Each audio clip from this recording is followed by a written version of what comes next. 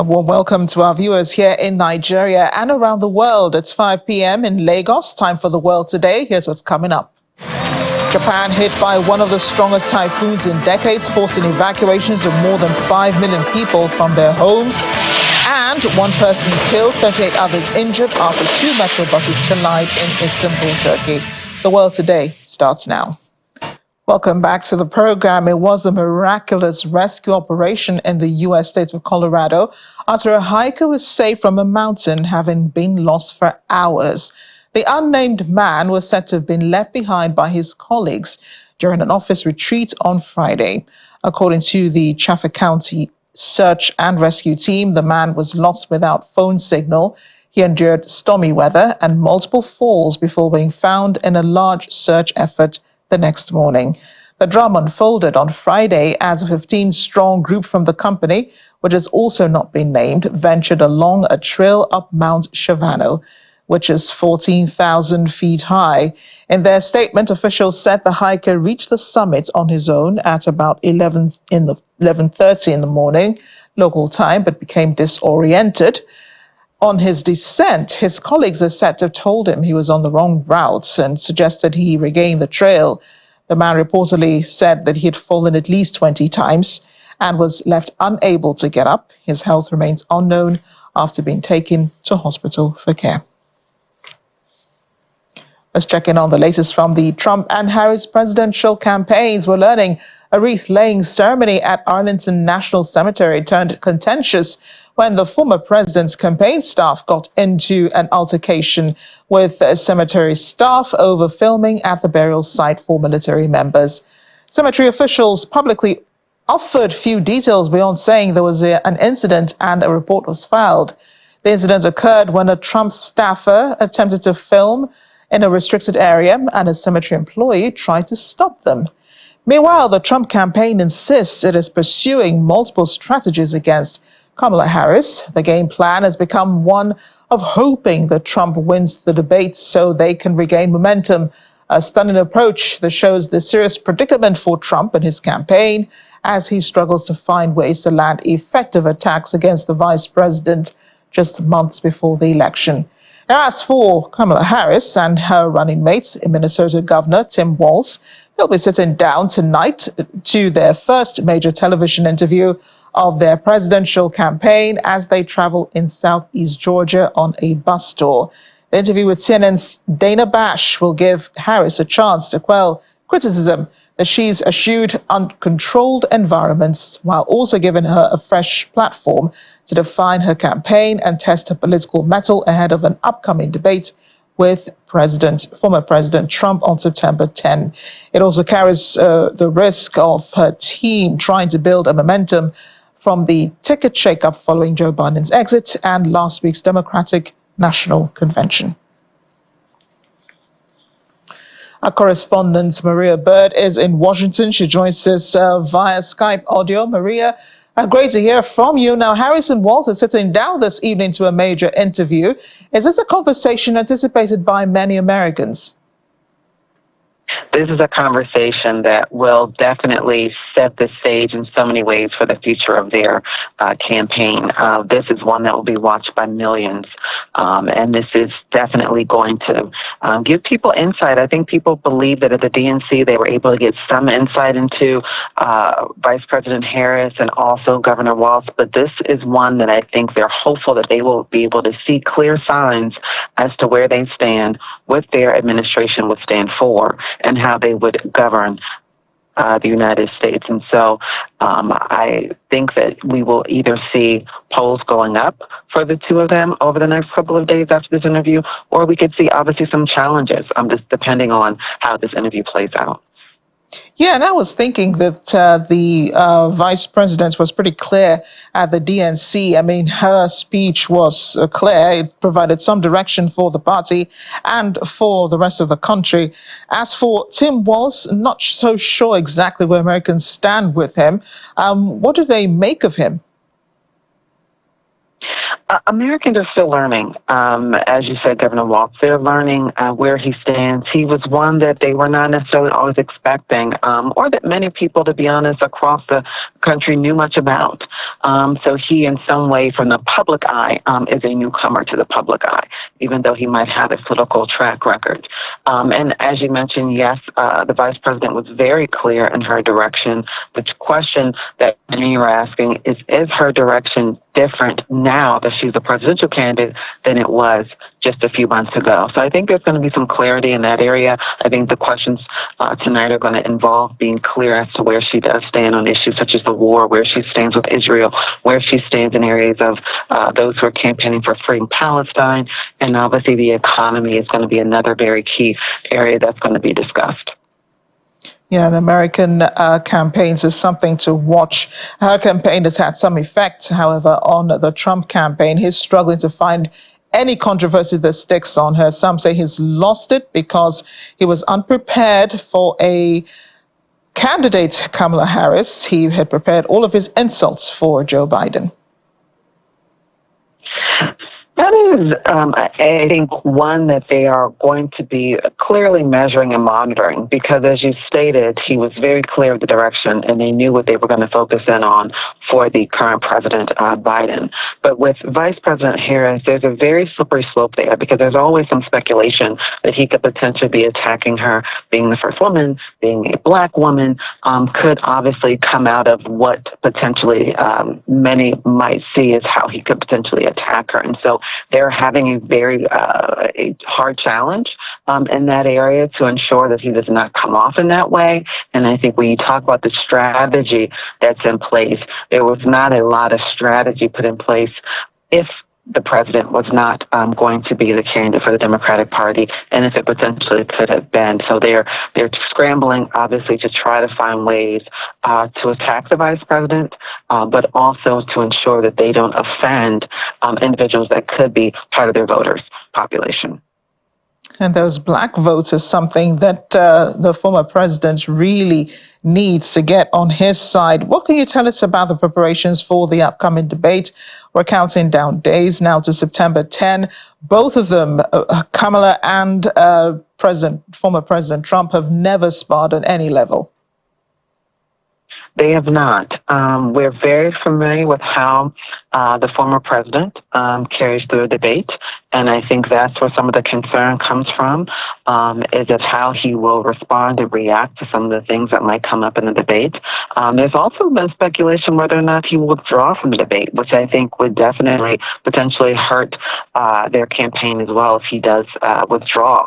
And so there has been very limited information about how the preparations are going and what will be those key areas to focus in on. Again, the temperament, the way in which I think he has attacked in the past when he was debating the current president. I think those are tactics that his campaign is going to have to find ways to adjust around because it'll have to be a very different strategy for this debate for the vice president and him. Yes, and I know that the Trump campaign had they had a problem with one of the modalities for the presidential debates. I think they wanted the microphones turned off, like they had with his debate with President Biden earlier this a few months back. And then Harris's campaign says no, they want the microphones live. As both speak, so that both are able to interrupt each other, when they're sparring on TV. Where are we now? Have they both agreed exactly what will happen that night? Well, they have a preliminary agreement, but I think that we will continue to see, and obviously after tonight, there'll be a lot more focus on that debate and the preparations that will be in place for that debate. And many Americans are obviously hopeful to see the debate because some are on the fence. Some obviously have been Republicans for a long time and want to stick with their party, but are not quite sure if they support the candidate of their party. Maria, always great speaking with you. Thank you for talking to us on the program. Have a great day. A quick check now on the weather. A deadly typhoon has hit southwestern Japan, killing at least 4 people and injuring dozens of others. One person is also said to be missing. The powerful storm, called Typhoon Shanshan, is considered to be one of the strongest to hit Japan in decades. The typhoon, which dumped torrential rains and delivered strong rush of winds up to 252 kilometers per hour, made landfall on the island of Kyushu at about 8 this morning.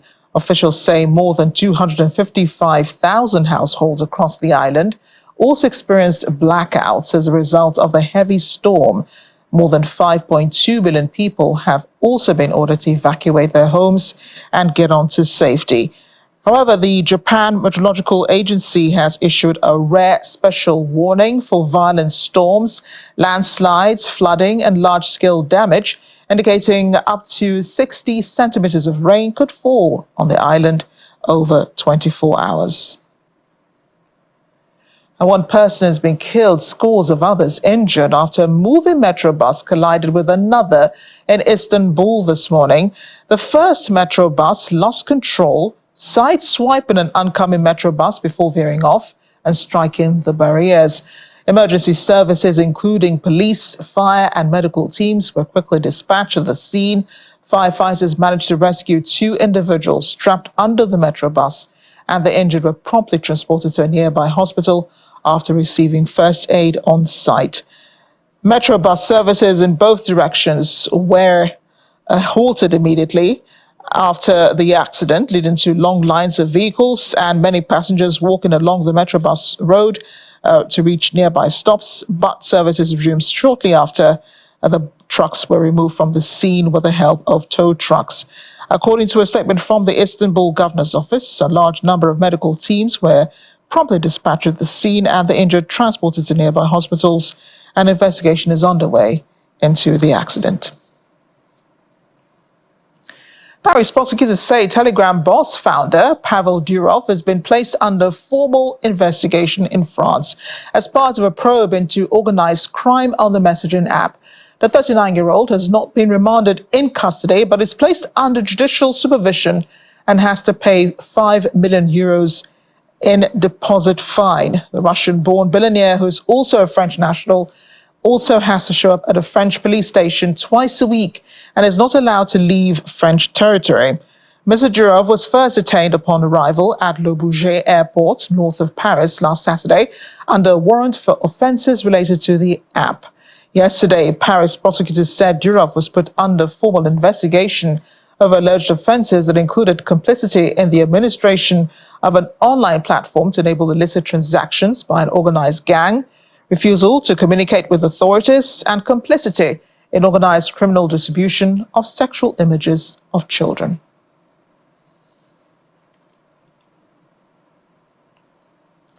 In Venezuela, opponents of President Nicolas Maduro took to the streets on Wednesday in an attempt to revive protests against him as he tightens his grip on power following last month's disputed election. The demonstration in the capital, Caracas, comes exactly a month after the fraught July 28 vote in which Maduro was declared winner, despite strong evidence that opposition candidate Edmundo González Urrutia won by nearly 2-1, which drew international condemnation that the vote lacked transparency. In weeks of on-again, off-again demonstrations, the opposition's rally cry has been constant, but so far ineffective. Opponents have demanded that officials publish results from each polling station, that they would expose Maduro's attempts to steal the election. The Woolwich Crown Court in the United Kingdom has sentenced 4 Nigerians to prison after they were found guilty of conspiracy to facilitate illegal entry into the country. The individuals were identified as 41-year-old Abraham Alade Olarotimi Onifade, 38-year-old Abayomi Aderinsoye Shodipo, 31-year-old Nosimot Mojusola Badamosi, and 54-year-old Adekunle Kabir. The UK Home Office revealed that the group was part of an organized crime network over a period of more than 2 years, from March 2019 to May 2023, facilitated fraudulent applications for EU settlement scheme. Our London correspondent, Juliana Olainka, has more. Well, this is a pretty serious incident, and there are no surprises that it has garnered plenty of column inches in the UK, because it is centred around a critical talking point in this country at the moment, which is immigration. The latest that we have heard on this is that yesterday at Woolwich Crown Court, 4 Nigerian nationals that have been described as a gang by the Metropolitan Police were sentenced to prison. They have been found guilty of conspiracy to facilitate illegal entry into the UK and conspiracy to provide articles for the use in fraud. Primarily, they've been charged with producing these fake marriage certificates to help individuals remain in the UK illegally under the EU settlement scheme.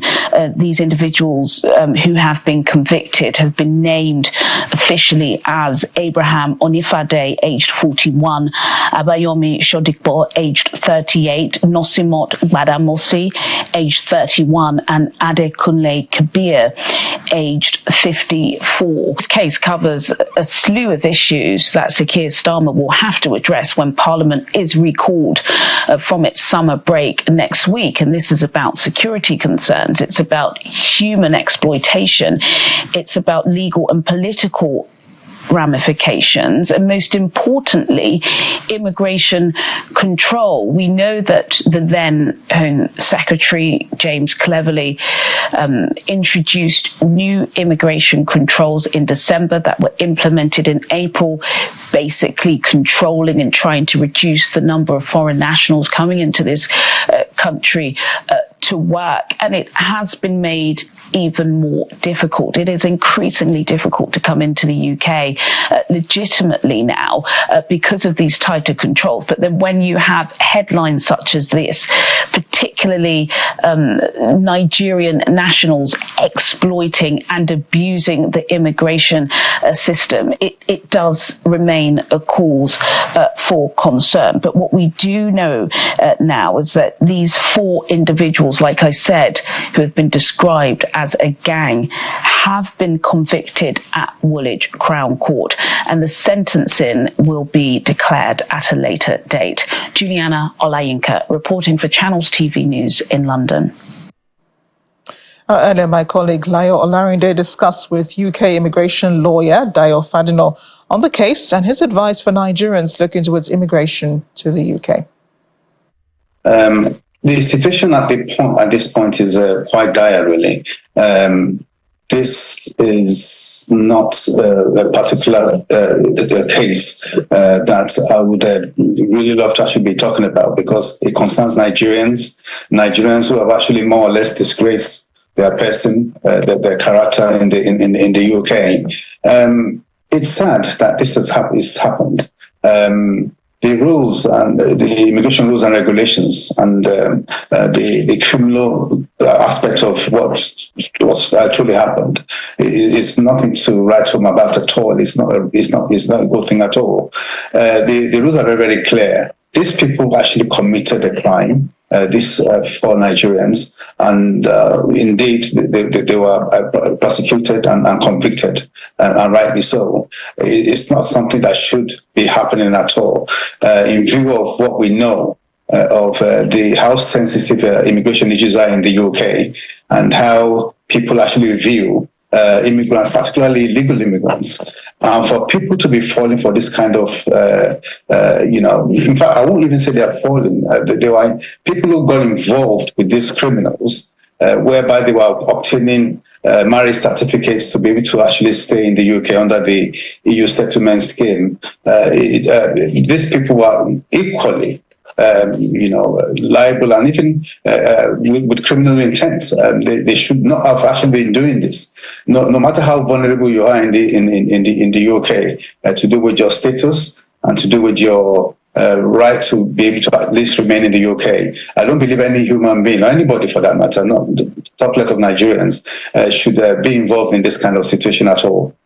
Well, Mr. Fadino, the schemes that some of these scammers put online are quite convincing. Do you think that there are many in the UK who have benefited, not just from the position of the scammers now, but they're victims? Well, yes. This situation to do with illegal immigration, to do with scammers, to do with people actually deceiving, and dissembling, so many people in the UK. This situation has been going on for so many years. It's a question of how would the Home Office, the Immigration Service, be able to monitor all these, criminals who are around taking advantage of vulnerable people, at least to be able to at least obtain their papers in the UK.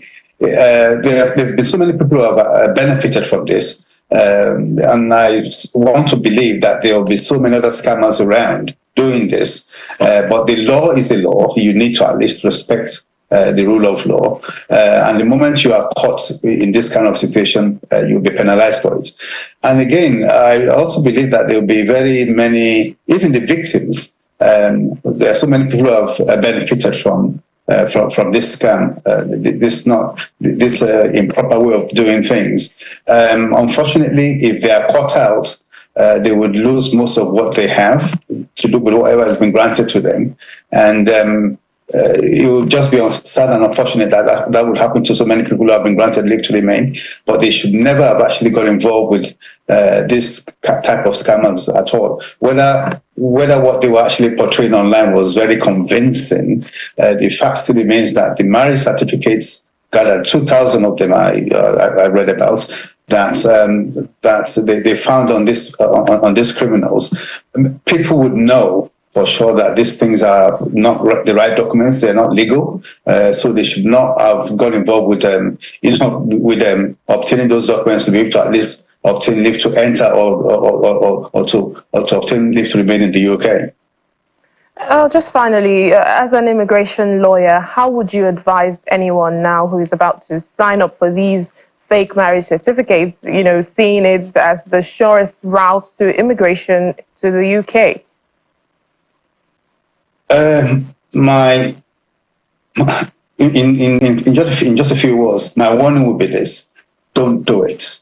Do not really get involved with this kind of people at all, because at the end of the day, even if you're having problems, with trying to renew your papers or to remain in the UK, the fact remains that the moment you get involved with this kind of people, you are more or less getting yourself into trouble, because in this day and age of digital technology, digital information, there is always a way of finding these things out. All they just have to do is to actually cross-check with what's going on in Nigeria or any African country for that matter. The Home Office, they have an agency out there in many countries that could actually check on whether these documents are genuine or not. So do not get involved with them at all. And one other thing is this: he who actually comes to equity in law should come to equity with clean hands. The moment you get your hands tainted and soiled with this kind of situation whereby you are now obtaining fake fraudulent documents to be able to remain in the UK, your name and your person, your character will be soiled forever. So my good advice to so many people who are thinking of doing this is that they should just stay away and not get involved at all. Welcome back. Liberia's former Justice Minister and Chief Justice, Gloria Musu-Scott, has been cleared of charges for the murder of her niece by the country's Supreme Court. The 70-year-old and 3 female relatives were found guilty by a lower court in December of stabbing her niece and also for conspiracy and making a false report to the police. This led to them being sentenced to life in prison for the brutal killing of 29-year-old Charlotte Musu in February last year. The case gripped the nation as Miss Musu-Scott had been one of Liberia's most famous judges and politicians, a champion of women's rights, and at the time of her conviction had just won a significant case against the Electoral Commission as part of the then opposition party's legal team. However, they've now been freed after serving more than 8 months in prison. And here in Nigeria, the Lagos State government has announced the commencement of the Onje-Eko Food Discount Market Phase 2. The State Commissioner for Agriculture and Food Systems, Abisola Olusoya, made this known during a press conference, saying the initiative will kick off on Sunday, September 1st, across all local government areas and local council development areas of the state. She says the food discount markets will help reduce food expenses for people. 5 months ago, the Lagos State government opened the Oúnjẹ Èkó Food Discount Market Phase 1 across the 57 local government areas and local council development areas of the state, operating only on Sundays to sell select food items at 25% discount.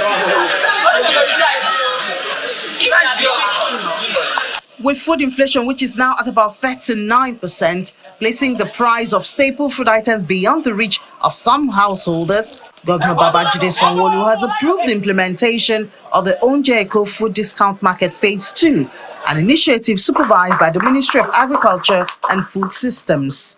This will commence from the 1st of September 2024 and will run for 8 weeks across 64 locations, meaning the 57 local governments and LCDAs, the Alausa Secretariats, the additional location at Lekki Phase 1, the University of Lagos, the Lagos State University LASU, Lagos State University of Science and Technology LASUS-Tech, Lagos State University of Education LASUED, and the Lagos State University Teaching Hospital LASUS.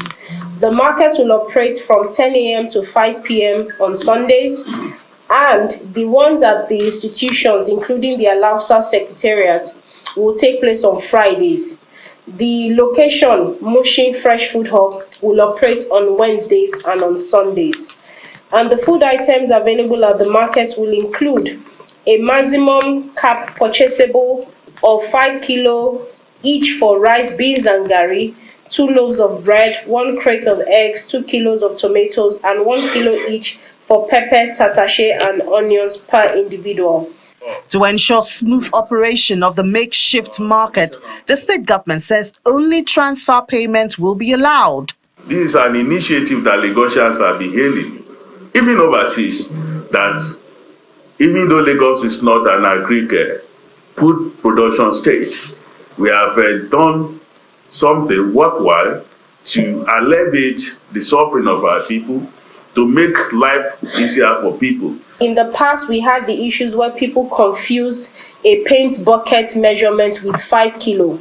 I want to make it clear that a paint bucket on average would weigh between 3.8 kilo to about 4.5 kilo, depending on the food item in it. We don't want cash transactions as much as possible, but regardless, even if it occurs at any market location, we will try to accommodate it, but please, as much as possible, we want to discourage cash transactions.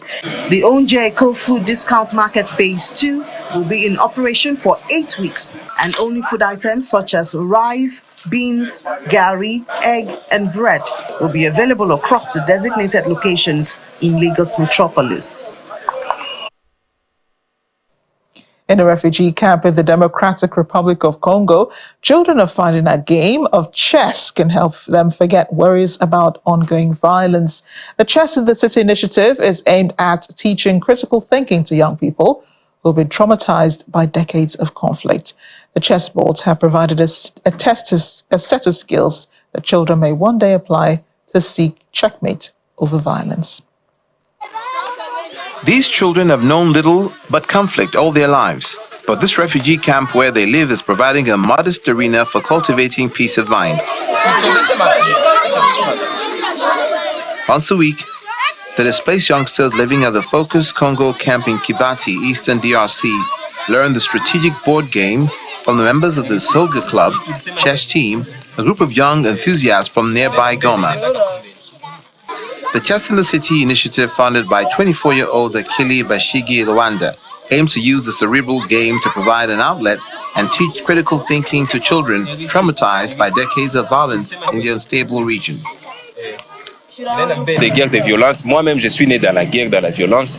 We've been suffering war and violence for over 3 decades now. I myself was born into war and violence. So for us adults, it's somewhat possible to cope. But for young people, we want to break this infernal cycle of violence. Firstly, by occupying their minds, because chess eliminates stress. It manages stress. It gives people the opportunity to find peaceful solutions to problems.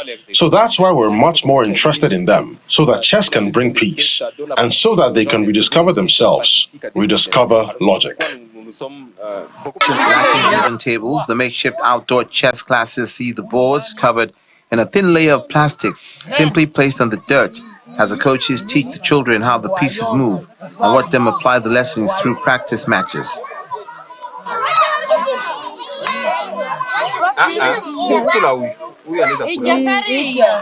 The focus and concentration on the children's faces is a world away from the insecurity that has marred their young lives in a region plagued by militia violence and ethnic tension. What we do here is we go against all odds. When I proposed the idea to the club in particular, it was like madness.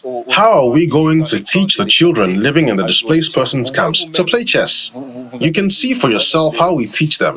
People have even said that because these children are in the camps, they can't be intelligent enough to learn chess. But it's exactly what people are saying about the children that revolts us. And I think that's what drives us forward. Rod Boenge, director of the Focus Congo Association running the camp, says the chess program has transformed the daily life of children who were once scattered playing dangerous games. These children were scattered. They were playing dangerous games. But since we started this activity here, you can see for yourself how very, very concentrated they are. And we say to ourselves that if we had the means to look after them every week, we wouldn't have children roaming around Focus Congo village begging. But here, they're so interested, so concentrated. We tell ourselves it was worth it. The ultimate goal, Luenda says, is to train the young players to compete in major tournaments, potentially representing Congo internationally, and allowing them to discover the world and discover the peace that exists outside the violence they live in. Our robot waiters seem to be the new interest of the day, and they'll probably be serving you when next you visit the new restaurant in Nairobi. Nadia and Claire are giving customers a new culinary experience.